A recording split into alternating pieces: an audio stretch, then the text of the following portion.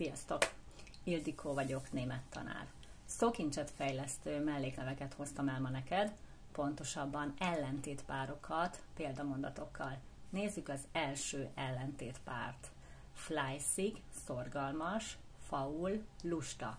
Du bist fleißig. Te szorgalmas vagy. Die Katze ist faul. A macska lusta.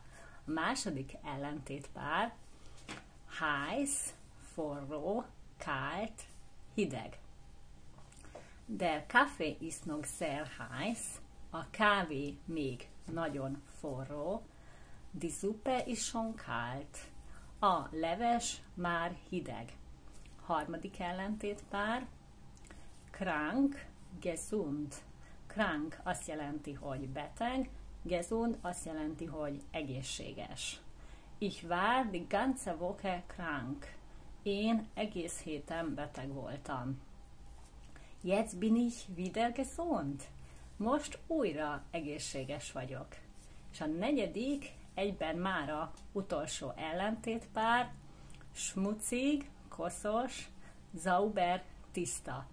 Die Straße ist schmutzig, az utca koszos, meine Wohnung ist sauber, az én lakásom tiszta. Te ezeket az ellentétpárokat biztos használod, légy szíves, írd meg a kommentbe. Köszönöm szépen!